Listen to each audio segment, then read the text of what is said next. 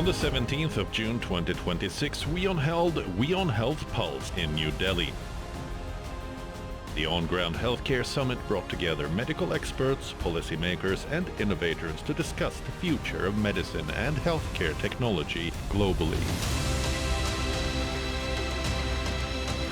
The summit's chief guest was Union Minister Dr Jitendra Singh. Dr Jitendra Singh serves as the Union Minister of State, independent charge for the Ministry of Science and Technology and the Ministry of Earth Sciences. He is also the Minister of State for the Prime Minister's Office, Personnel, Public Grievances and Pensions, Department of Atomic Energy and Department of Space. There is a continuous effort in that direction. Dr. Singh emphasized India's emergence as a global healthcare hub and shared his vision for the future of healthcare and medical innovation. Can I start by asking you where we stand as a country in terms of public health care? The Prime Minister has a vision of Viksit Bharat 2047, and one of the most crucial parameters in becoming a developed country by 2047, in becoming a superpower, is public health care. Where do we stand at the moment, and what is the vision ahead? I think the easiest way to understand where we stand is to look back and recall where we stood, say, a decade and a half ago. As Churchill always said, the longer we look back, the further we look forward. And if you look back about decades back, India was never taken seriously for its healthcare practices. And I think there was a reason for that, because as a society, we were never very health conscious or medically conscious. If someone fell sick, they would wait for 3-4 days. If they didn't get well, then they would visit a doctor. अगर ठीक हो गए माँ का आशीर्वाद, अगर नहीं रहे तो पिछले जन्मों का कर्म. And today, the same country, the same nation, the same society, which was not taken seriously for its therapeutic healthcare practices, is today being hailed as a global leader in preventive healthcare. We were the first to come out with a DNA vaccine in COVID, and then also offer it to 30 other countries.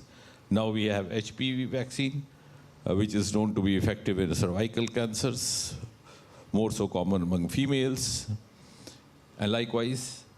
So I think there's a paradigm shift, not only where we stand, but also as the world looks up to us. As far as our biopharma products is concerned, or biomanufacturing is concerned, we stand number 3, India Pacific, about number 12 or number 13 globally.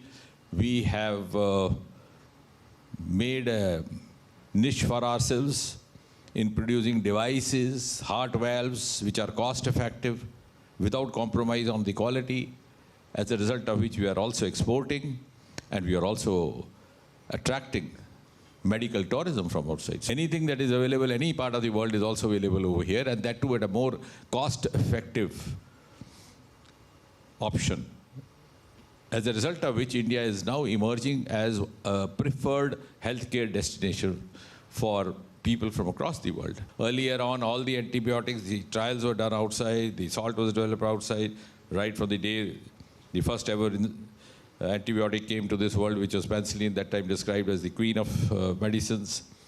Then the successive generations of antibiotics, whether the streptomycin, chlorophenicol, tetracycline, the gram-negative ones. We have now come out with 2 antibiotics, trials done in India, and being marketed by, of course, that's in PPP model. And one more example, which I like to share, because that will be quite amusing for the audience in this room. Hemophilia. We are the first to have come out with a successful gene-driven trial, genetic remedy for hemophilia, which is a clotting disorder. And why I'm saying that this room will find it interesting is that if you go back to the history of medicine, it is said that the first ever case of hemophilia, the deficiency of clotting factor 8, was discovered in one of the cousins of Queen Victoria. So not only that we have qualified in diseases emanating from India, namely the tropical diseases, the communicable diseases, we are now also in a position to find solutions about diseases, or solutions for diseases, which originated from the West. This Ayushman Bharat. Now this is a unique health insurance company. I think the first of its kind in the world. And those of us who've been practitioners like me would bear me out that most of the health insurance schemes earlier did not insure you for a pre-existing disease. Suppose you had a heart disease or an underlying coronary heart disease, your insurance will cover all the other organs, not heart. And even, God forbid, if you had a heart attack and you claimed a premium, they would try to prove by hook or crook that you had camouflaged it. I mean, they were so conservative. Now, here is a disease. If someone is detected having a cancer, the next day after detection, he can go and he or she can get himself insured under Ayushman Bharat and claim all that amount. Secondly, of course, they increase the number of the medical colleges, the medical schools, the government sector to make the education more accessible. And also this recent announcement also in the budget of having cancer care facility in each of the districts. You mentioned antibiotics and medicines, and India's been the pharmacy of the world.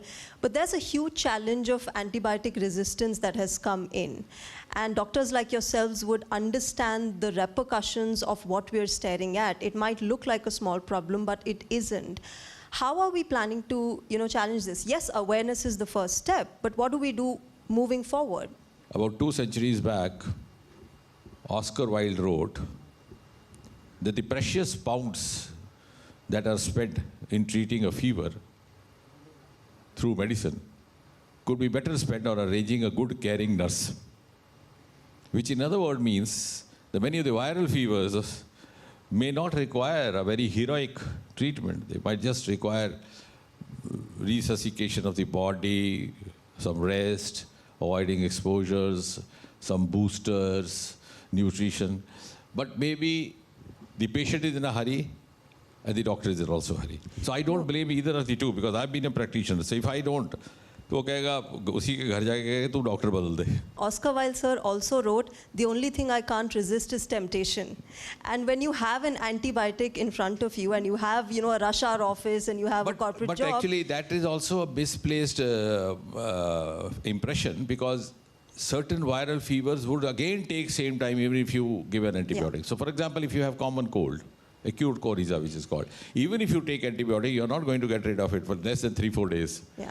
Quickly, I also want to talk about Dr. Singh, mental health. And earlier we had a session on mental health. The government has, been dealing with mental health crisis, mental health situations. The Supreme Court has also formed a national task force as far as mental health is concerned. How is the government really planning to deal with this? And now you have the problem of, people going to AI and talking about suicide. That's the biggest challenge. I think much of factors emanating from the social milieu, from the economic factors or issues, also from the increasing competitiveness and the aspirational surge which this country is witnessing. So I think the family, the society, and the citizenry in general may have to contribute much, much more. However much a government tries, it would not be able to achieve the optimum results unless everybody has a stake. So if I dig a bridge, hoping that I'll make a booty out of this or a fortune out of this, let me not forget that someday my child or my family member may also be driving on the top of the same bridge and face a bad consequence. Since you are a doctor, I would like to take that leverage and ask you if there's one thing that you would like to tell people today to have, a healthy lifestyle, to live a healthy life, what would it be? If we just focus on ourselves and then try to see where I was and where I am today, so that's good enough for me. So that will solve half the problem. Equally important to guard against the disinformation which is spreading this side. You have, hosts of these nutritionists sitting there, dietitians sitting there, rolling out fanciful prescriptions. And the more fanciful prescriptions, the more followers. Suppose I give you a diet chart with 7 breakfasts for 7 days, then I become more popular. Because I'm sensationalizing all that. So we have to guard against that. Be closer to oneself, both physically and mentally. We'll take care of both mental as well as the physical health. Thank you very much, Dr. Jitendra Singh. Can we have a huge round of applause, ladies and gentlemen?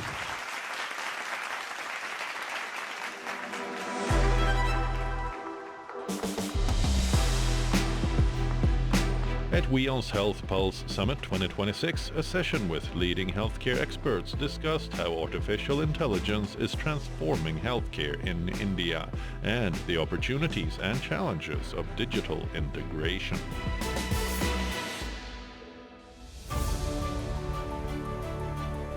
For our session on AI and digital integration, we welcome on stage Dr. Nitish Nayak. Dr. Nitish Nayak is a Padma Shri awardee and a cardiologist known for his exceptional expertise in interventional cardiology, medical education, and clinical leadership. He currently serves as a senior cardiologist and professor at the Department of Cardiology at the All India Institute of Medical Sciences, New Delhi. Dr. Sama Akbar. Dr. Sama Akbar is an interventional and heart failure cardiologist who is currently serving as the managing director of Oxymed Hospital in Chennai. Dr. Akbar has successfully published papers on non-surgical management of advanced heart failure cases in the prestigious Journal of Cardiac Failure, recently awarded for his work at the International Society for Heart Research at AIIMS, New Delhi. Dr. Rohit Luthra. Dr. Rohit Luthra is a robotic orthopedic surgeon and director of Arcus Hospital in Pune. Dr. Luthra introduced India's first bilateral DAA or direct anterior approach, which is a modern muscle-sparing technique for total hip replacement. He is fondly called by his patients as the joint genie. Dr. Arjun Dang. Dr. Arjun Dang is a pathologist with a specialization in liver and GI histology and holds a certification in clinical allergy from the European Academy of Allergy and Clinical Immunology. He is recognized for his commitment to diagnostic accuracy, innovation, and patient-centric healthcare technologies. He currently serves as the Chief Executive Officer and partner at Dr. Dang's Lab LLP, a leading diagnostics institution based in Delhi NCR. Dr. Nayak, I want to start with you, and I just want to understand what kind of conversations are happening around AI in your circles in hospitals, and what is the broader sentiment around it? So see, AI is a very exciting field, and I have to say that AI is the way we are going to move forward in medicine. The ability to digest a whole lot of information, to digest patterns that we don't recognize, and give out something that is useful. So let me give you an example of how it's being deployed. Imagine yourself sitting in this room like we are, and we have cameras running everywhere. And what if I could pick up just from the camera patients who have a heart rhythm problem? Wouldn't that be fantastic? Yes, we are beginning to do that. And how? Because you are able to train these digital tools into diagnosing heart conditions. Maybe it can diagnose blood pressure. Maybe it can warn a person who has got diabetes.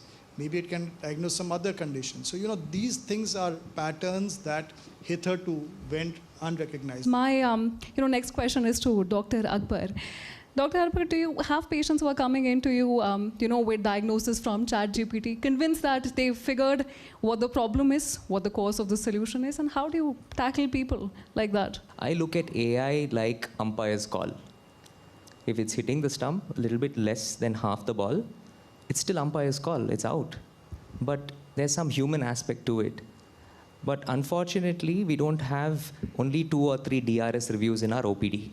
Everybody, infinite DRS reviews, everyone comes with a DRS review, and it becomes problematic, and our OPD consultations go longer and longer. Dr. Luthra, you've spent a considerable time integrating robotics with data and highly personalized scanning, which surgical planning into your practice.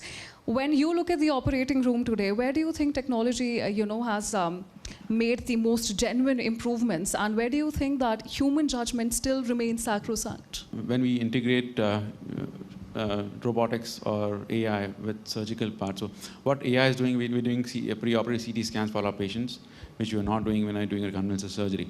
So a robotic surgery implies that you do a CT scan. That CT scan, we get a 3D segmentation of the scan. We get a 3D bone model before we actually do the surgery. On that model, we do sizing of the implant, what size of the, for example, for the hip replacement, what size of cup, what size of stem will fit the patient. We do know that before we start the surgery. and we do a virtual surgery on the computer before we actually doing a surgery. So we see the whole range of movement of the joint, whether the joint is going to dislocate at a particular angle, and if it dislocates on the software, then we can do some changes in the implant placement in terms of anteversion or inclination, so that it becomes a joint which is very stable. And then the same thing we help put into the robot, and the robot is helping us in performing the same pattern what you've decided. So what is helping is making me sure that what I want to do preoperatively, and then we plan and then we execute. So right from planning to execution, everything is streamlined and we get exactly what we want. So some patients ask me, the doctor, I've suggested a robotic surgery, and they come, doctor, if robot is doing the surgery, what are you going to do? They think that the surgeon is going to sit and have tea in the corner while the robot is operating. It's not like that. The surgeon himself is in total control of the surgery. Robotics, I would say, is a tool which is guiding the surgeon in doing the surgery in the right manner. It's like using Google Maps. So it's giving you and showing the way, but the surgery itself is performed by the doctor. The doctor can overrule the robot anytime he feels that something is going wrong, because robot does not know the tissue tension. He does not know the soft tissue release, because this is all, robotics all, like Dr. Dang also said, it's all data which we've given in. And it's not applicable to all patients. Some patients would have a vascular abnormality. It's not same everywhere. So the surgeon is still in control, but robotic is making the surgeon smarter. So it is human intelligence plus artificial intelligence plus robotics, which is the way to go forward. We cannot deny robotics from our life, and it's here to stay. We should adapt it to become better surgeons, better doctors, to implicate it in our day-to-day life so that we get better results. Of course, the other promise of AI is reducing the diagnostic errors and identifying disease early. Dr. Dang, do you think AI can genuinely help close the diagnostic gap? It's actually a paradox. When we talk about the world, about personalization, about preventive diagnostics, how can two people of the same age and gender have the exact same test requirements? That is absolutely not possible. Someone is probably having a beer every day, so they definitely need a liver function test, whereas someone is going to the gym for 4 hours in a day and having a lot of creatine and protein, and they need an extended kidney function test. Someone's parent has uncontrolled diabetes, so they need a deep dive into blood sugar, HbA1c, cystatin, microalbumin testing. So essentially, right now, when we go into a lab, we are picking a package based on two things, considering we are not from the medical fraternity. And the first one is our basic medical knowledge. कि अच्छा एक diabetes का test कर दे, या अच्छा एक liver वाला भी ज़रूर कर देना, एक हीमोग्लोबिन ऐड कर देना भैया. Second is of course our budget, right, where we want to spend 2,000, 5,000 or 10,000 and pick a package based on that. Now, to circumvent this one-size-fits-all issue, we actually launched an AI-backed website 4.5 years back that is free for use for everyone. It's called discoverbydradangs.com. You log into that, the AI asks you your health goal, prompts a few questions, and then gives you a scientifically backed, curated test package where every test has a peer-reviewed publication to show which test you need and why you need it. We understand that there is a certain layer of skepticism when it comes to AI. We know it's not where it has reached a point where it can do those remarkable revolutionary stuff, but it's definitely in the process. Now, in the same breath, Elon Musk recently argued that AI and robotics will eventually outperform doctors and surgeons entirely. Dr. Naik, do you think that possibility can ever materialize, where AI can completely replace a doctor? The robot can certainly help assist performing tasks, but we have certainly not reached the stage where they can become completely autonomous and completely perform surgery without any human intervention. Let me give you a very pertinent example of what was done a few years ago. Somebody from one of the universities abroad deliberately planted a fake article into the scientific journal. It was a deliberate attempt. It was a disease called, I wonder if you know about it, it's quite famous amongst our community, a disease called Biksuni mania. The name is incredulous.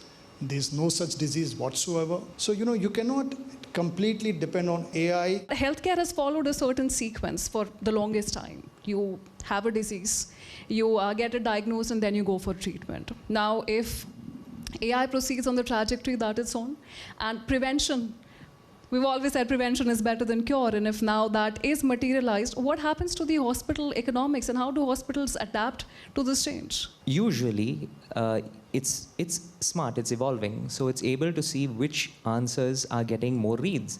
Obviously, those answers which can be followed up, which can be easily implemented, like lifestyle modifications, dietary changes, implementations on exercise, those things the patients can do, or at least they can tell their elders, or they can tell their family members, and that gives a lot more screen time. AI knows that, so it'll suggest that first. As far as the hospital economics goes, treating patients who have definite disease is far more validating, more joyful than treating people who have marginal disease or don't have much disease. And I think that gives you a lot of mind space, because if I have a smile today as your doctor, you're going to trust me for tomorrow as well. We understand that compared to many developed countries, India still faces a shortage of doctors. We have one doctor for roughly 800 patients, if I'm not incorrect on that, and this alongside persistent gaps in access. Do you think AI would be able to democratize access to these systems? So I think access in a scalable specialty, like perhaps radiology or pathology, I think is far more doable, or at least what we see in the immediate future. Of course, AI is a tool. It's like a very, very effective nurse. But again, I mean, the final decision has to be with clinical oversight. It's also a distribution access problem that we have, and some of our best specialists, some of them that we have on the panel here today, most of them are concentrated in the metro cities. People don't have, access to quality healthcare. What do you think? Would AI be able to help in that? If you look in the future, I think these specialties, especially who are pattern-based specialties, would be caught up easily by the AI, and maybe it would replace, to a certain extent, the doctors who are not interventional radiologists, but the typical basic radiologist will be replaced by the AI very soon. Because AI is coming in a big way. And to come to the second part, the second question, but the first question you asked was, how do we integrate into the periphery? How do we get the AI helping us? So I think AI, in the sense, what AI will help us is, for example, in a village or a smaller setup where there are no special doctors. So what AI can do is it can help in screening or funneling these patients. And for example, there are thousands of patients in a village, 1 lakh, population of 1 lakh in a village. Out of that, the AI can actually screen out or funnel out, maybe there are 1,000 patients with osteoporosis, which needs attention. So these, then the doctors over there who are not very keen, so that they can actually start treatment for these patients, so that we can start preventive, as we spoke about preventive, so that we can prevent fractures in such patients by starting early treatment. So that's how it can help. What is that one breakthrough in AI, robotics, or diagnostics, or even digital health that you're most excited and the most hopeful for? So predominant practice is in rural Tamil Nadu. It's in a town called Ambur, which is famous for biryani. We have a doctor-patient ratio of 1:11,000. That is, doctor-cardiologist ratio is 1 to maybe 10 lakh population. I'm the only visiting cardiologist in that region. So low tech, easy accessibility, AI is something which is the need of the hour over there. So voice-based recognition protocol to identify breathing patterns and speech patterns to identify even respiratory disease, heart disease. These things are algorithms which are evolving. And I think for prognostication, AI is a good screening tool at the current level of excellence, the current level of tech. I think as a screening tool to direct them towards the right rational next step, I think AI would be a very good tool. Panel, thank you so much, all of you, for joining us on the panel and sharing your wonderful insights with us. Ladies and gentlemen, a huge round of applause, please. Thank you.